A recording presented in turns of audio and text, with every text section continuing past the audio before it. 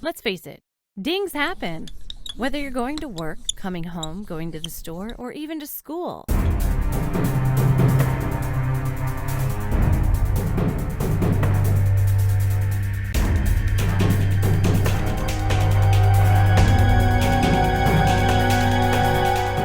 So you've got a ding. Now what?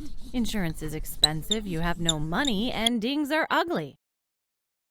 And let's face it, a real car doesn't even have half the durability as this little Tikes coupe does. So what can you do about it? The answer is simple. Bling your ding. If you've got a ding, make it bling. www.blingyourding.com